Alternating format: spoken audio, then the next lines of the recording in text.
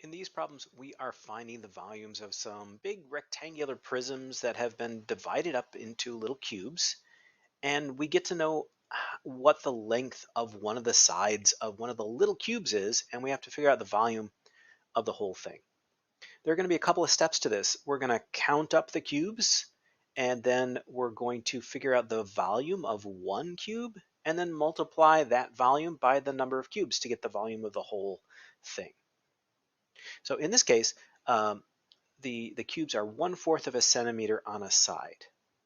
And the first question it asks is how many small cubes is the large solid made out of? And I'm just going to look at this sort of face over here. It's 4 by 2, 4, 6. So that's 24 here, and then another 24 for the other layer. So that's 48 cubes. All right. Now, the next question is, what is the volume of one of the small cubes? So how do we figure that out?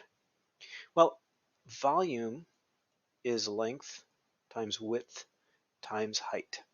And with a cube, all three of those measures are the same. Every side of this is going to be 1/4 of a centimeter. So the length is 1/4, the width is 1/4, the height is 1/4. So our volume here is going to be 1/4 times 1/4 times 1/4. And we can do this. When we multiply fractions, we multiply across the top. 1 times 1 times 1 is just 1. 4 times 4 is 16, times 4 again. If you might need to pull out your calculator for that, that's 64. So the volume of one of these cubes is 1/64 cubic centimeters. Now, to figure out the volume of this whole shape, which is our next question, we multiply that by 48. So I'm going to write 48 as a fraction so we can do fraction multiplication here. So that's 48 over 1 times 1 over 64. And if we do that multiplication, 48 times 1 is 48. And 1 times 64 is 64. This is not simplest terms, though. I think there's a lot that can be factored out. I know that 6 times 8 is 48, and 8 times 8 is 64, so I'm going to try dividing by 8 first and see where we end up. So that is going to equal 6 over 8. These are still divisible by 2. So let's try that. And I get 3/4. So this final answer, it's 3/4 cubic centimeters in volume. And that's the volume of the whole figure. Let's try another one of those. It's kind of a lot of steps, so practice is good. Here we have a slightly different shaped solid, and our sides of our little cubes are 1/5 of the centimeter. Let's first count up the total number of cubes we have here. So in this sort of front layer here, it's 4 by 5, so that's 20. And then there's another 20 in this layer and another 20 in this layer. So that is 60 cubes. And then the volume of a cube, 60 here, volume of a cube is 1/5 times 1/5 times 1/5.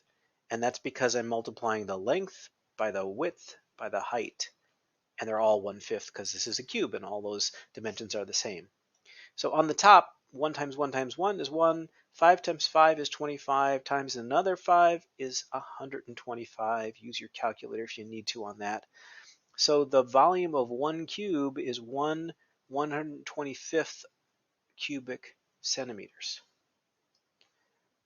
Now, to finish figuring out the volume of this whole thing, we just multiply the two. So 1/125th times 60, and I'll write 60 as 60 over 1. And I think what I'm going to do before I finish the multiplication is I'm going to divide everything by 5. 60 divided by 5 is 12, and 125 divided by 5 is 25. That way I think I'm going to get simplest terms right away. 12 over 25 can't be simplified anymore. 25's only got 5 as factors and 12 doesn't. So our total volume here is 12 over 25 cubic centimeters. So that is a little bit of work with finding the volumes of these solids where the individual cubes have fractions for their side lengths.